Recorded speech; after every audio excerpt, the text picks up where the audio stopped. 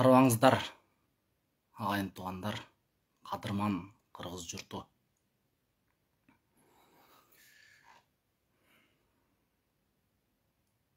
Ақырқы учурдагы өзүңүздөр көргөн мен тууралуу болуп жаткан ызы-чуу жөнүндө элге кайрылып коеюн деген ой менен ушул эфирди кылып жатам.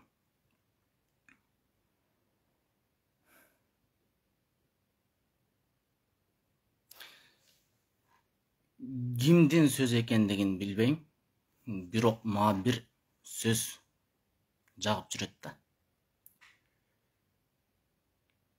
Бардыгы бүкүр жерде, бардыгы бүкүр болуп калган жерде дейт.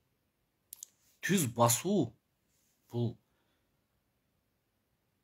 сулуулукка жатпай калат деген сөз бар экен да. Орусчасын окуп эле жүрөт болушуңуздар керек. Муну менен мен эмнени айткым келет? Менин бир жолу сөгүнүп койгонум, 20 жылдан берки кылып келаткан аракетимден, эмгегимден, элим үчүн, жерим үчүн кылган кызматымдан кызыктуураак экен. Мен ушул нерсеге таң калдым. Бул абсурд нерсе. Нонсенс. Парадокс. Өтө аянычтуу нерсе. Себеби бул деген бул биздин коомубуздун адамгерчилиги жана мындай акыйкатка болгон мамилесинин эң төмөн экендигин гана далилдеп бере алат.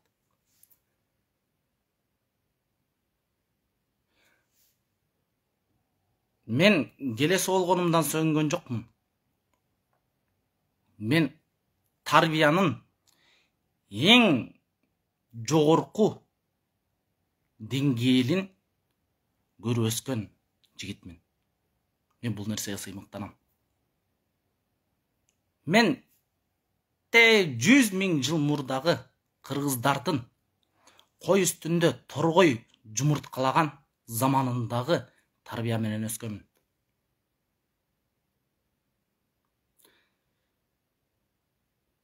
Бул нерсе жөнүндө буга чейин эле мен айтып келгемин. Эмне үчүн мен саясатка аралаштым? Эмне үчүн? Мына ушул мен көтөрүп жаткан маселени көтөргөн адамдар дээрлик жок. Ушул элибиздин маданиятын сакташыбыз керек экендигин, аны кантип сакташ керек экендигин, жана сакталбай жоголуп кеткен маалыматтарды кайра кантип ордуна алып келиш керек экендигин мен жолун билемин. Формуласын билемин, кодун билемин да. Бул мага кандан өткөн нерсе. Менин ата журтумдан дагы, тай журтуман, чоң аталарыман, чоң энемдин кандарынан жүрүп отуруп келген Кыргыздагы эң кадырлуу арык мырзанын тукумумун мен. Бул деген эми айта берчи көп сөз. Дагы бир нерсени эскертип айтып койгум келет. Мен ушул нерсени ойлонуп таң аткыча уктаган жокмун.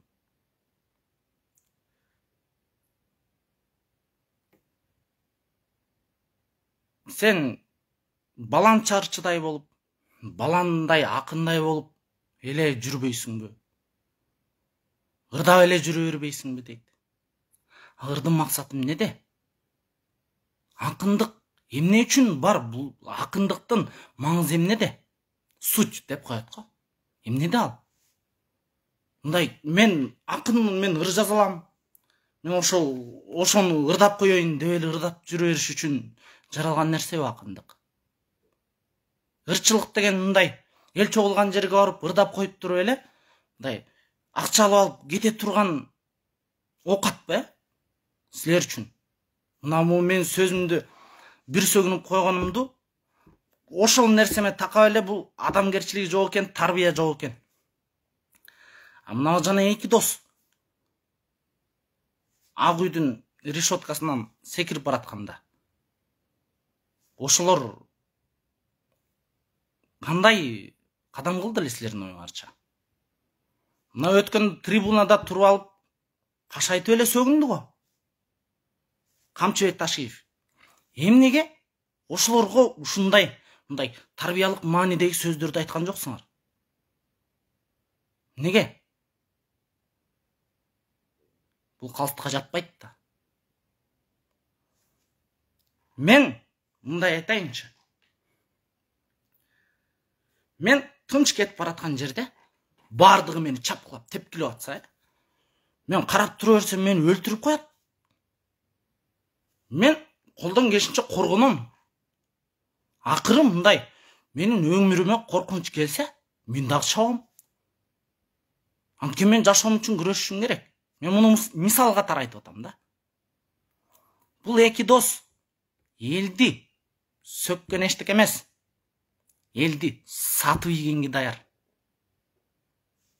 Бул маалыматтарды силер окуп эле келатасыңар. Акыл эсти токтотуп ойлоп көргөн адамга булар деген биздин жерибизди, элибизди, биздин кадыр баркыбызды тепселеп, мындай жокко чыгарып атат да. А мен сөгүнүп койгонум бул деген, эми кечирим сурайм. Мен эл алдында чыгып адепсиздик кылдым. Аны мен мойнума алам. Бирок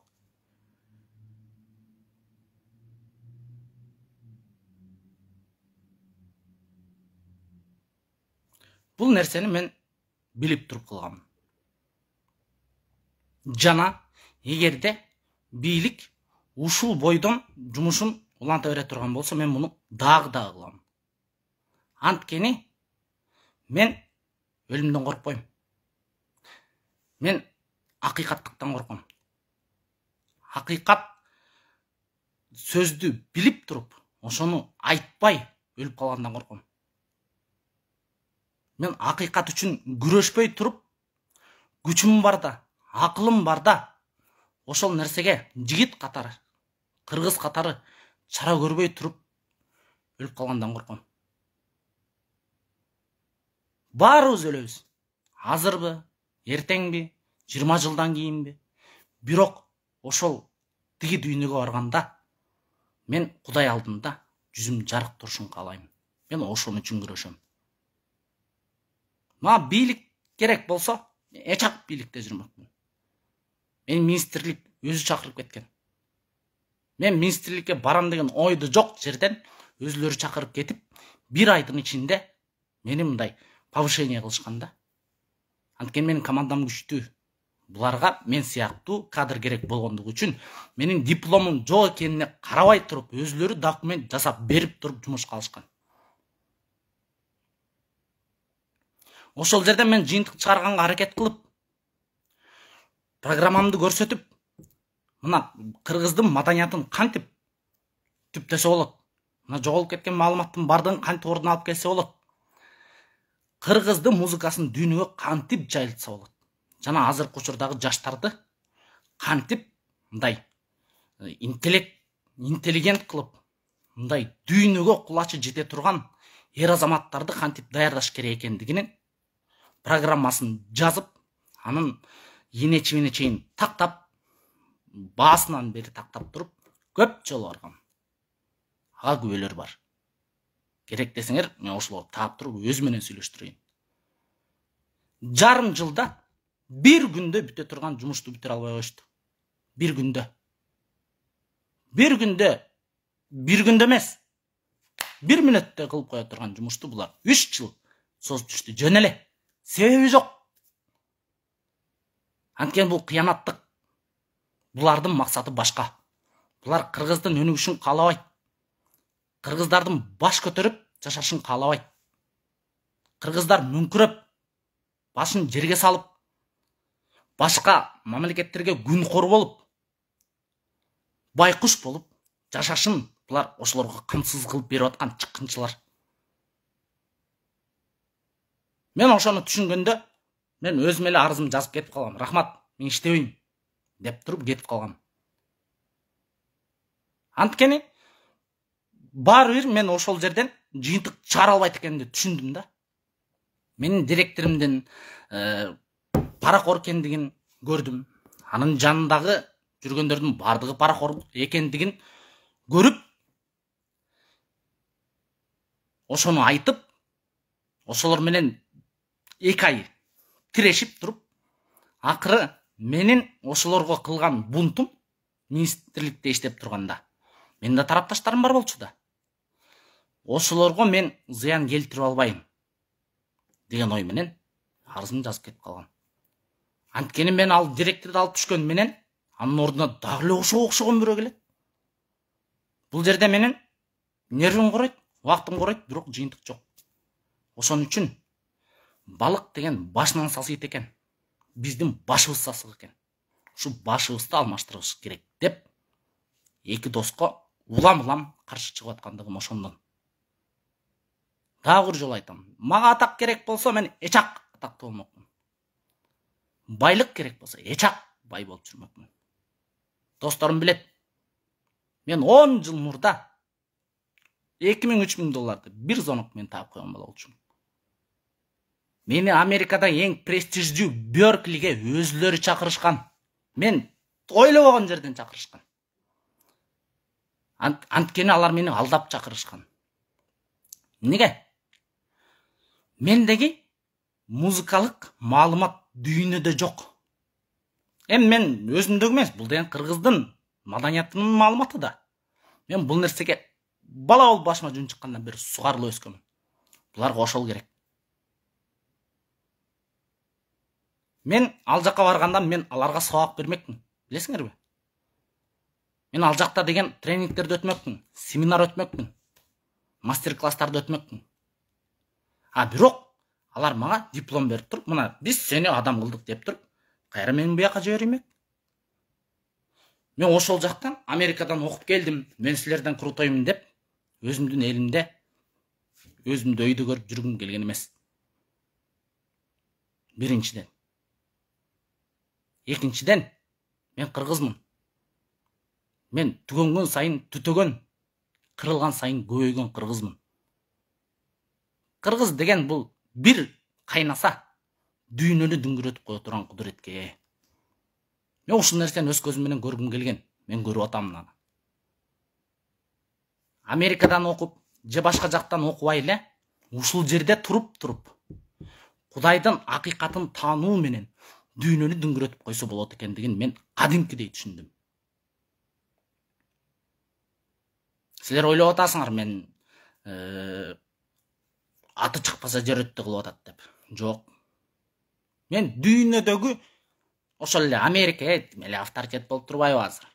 Россия, Африкадагы, Бразилиядагы эң эле азыркы учурда мамлекетин кармап турган музыканттардын арасында авторитет боламын мен. Мен барганда аске кандайсың деп туруп, кучак чайып тосуп алышат. Эгер мен атакты же кандайдыр бир карьеранын аркасынан түшсөм, мен ошол жакта жүрмөкмүн азыр. Бирок мен элиме кызмат кылам деп чоңойгон баламын. Муну мен өзүм ойлоп таба алган жерим жок. Бул деген кыргыздын тарбиясы. Мына мен ушул тарбияны жеткиргим келет жаштарга.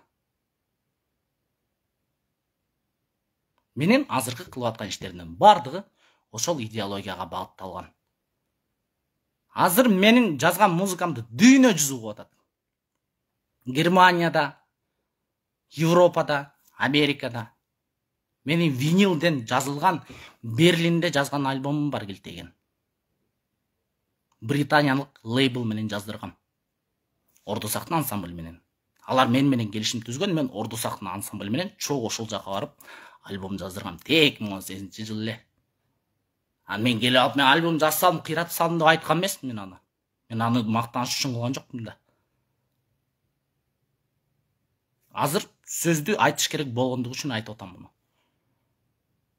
Былтыр эле менден 4-6 сааттык запись сатып алышты америкалыктар.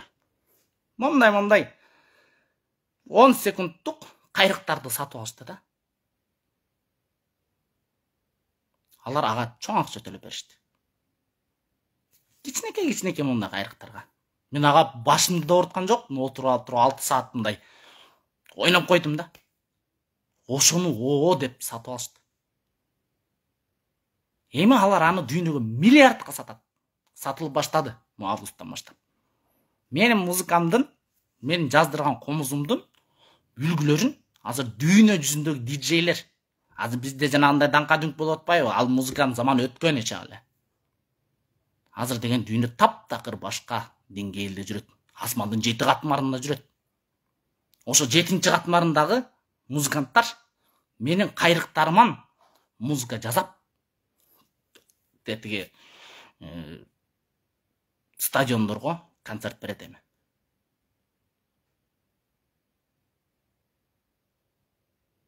Мюнхенде жазган альбомум бар. Америкада альбом жазгам. Бишкекте альбом жазгам.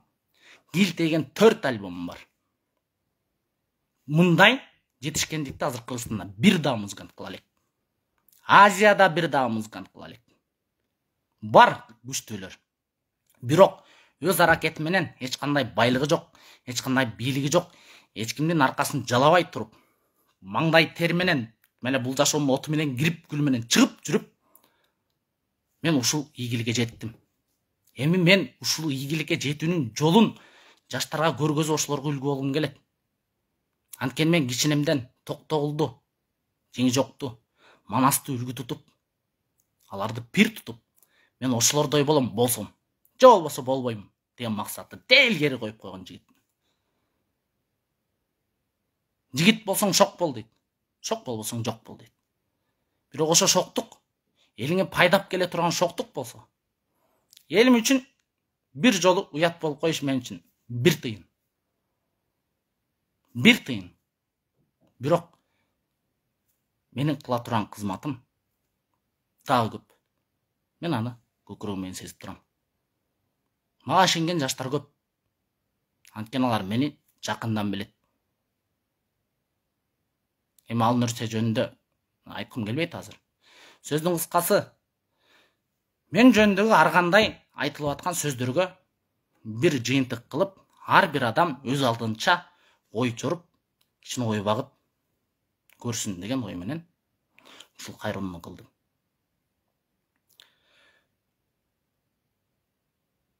Жакшы чыккан азамат элин билер деген экен. Окуп, карап, ойлонуп, илим билер. Эчен түрлүү адамдын тилин билер. Чыгып турган ал адам чынар болор. Чымчык сайрап чынарга булбул конор. Түбү жоон тамырлуу терек болор. Көлөкөсү көп жанга керек болор. Деген Калыгул Байулунун кадимки улуянын сөзү менен ушул сөзүндү жыйынтыктайм. Көңүл бурганыңыздарга чоң рахмат. Розоңуздар кабыл болсун. Эртеңки Нооруз майрамыбыз куттуу болсун. Жараткан бардыгыбыздын ак тилегибизди кабыл кылып, жолубузду ачсын, берекесин жайнатсын, ынтымак берсин. Жана ошол ынтымактын болушуна, биримдиктин болушуна ар бирибиз салым кошолу. Менин кыла турган чакырыгым ушул гана. Бар болуңуздар, аман болуңуздар. Аман эсен.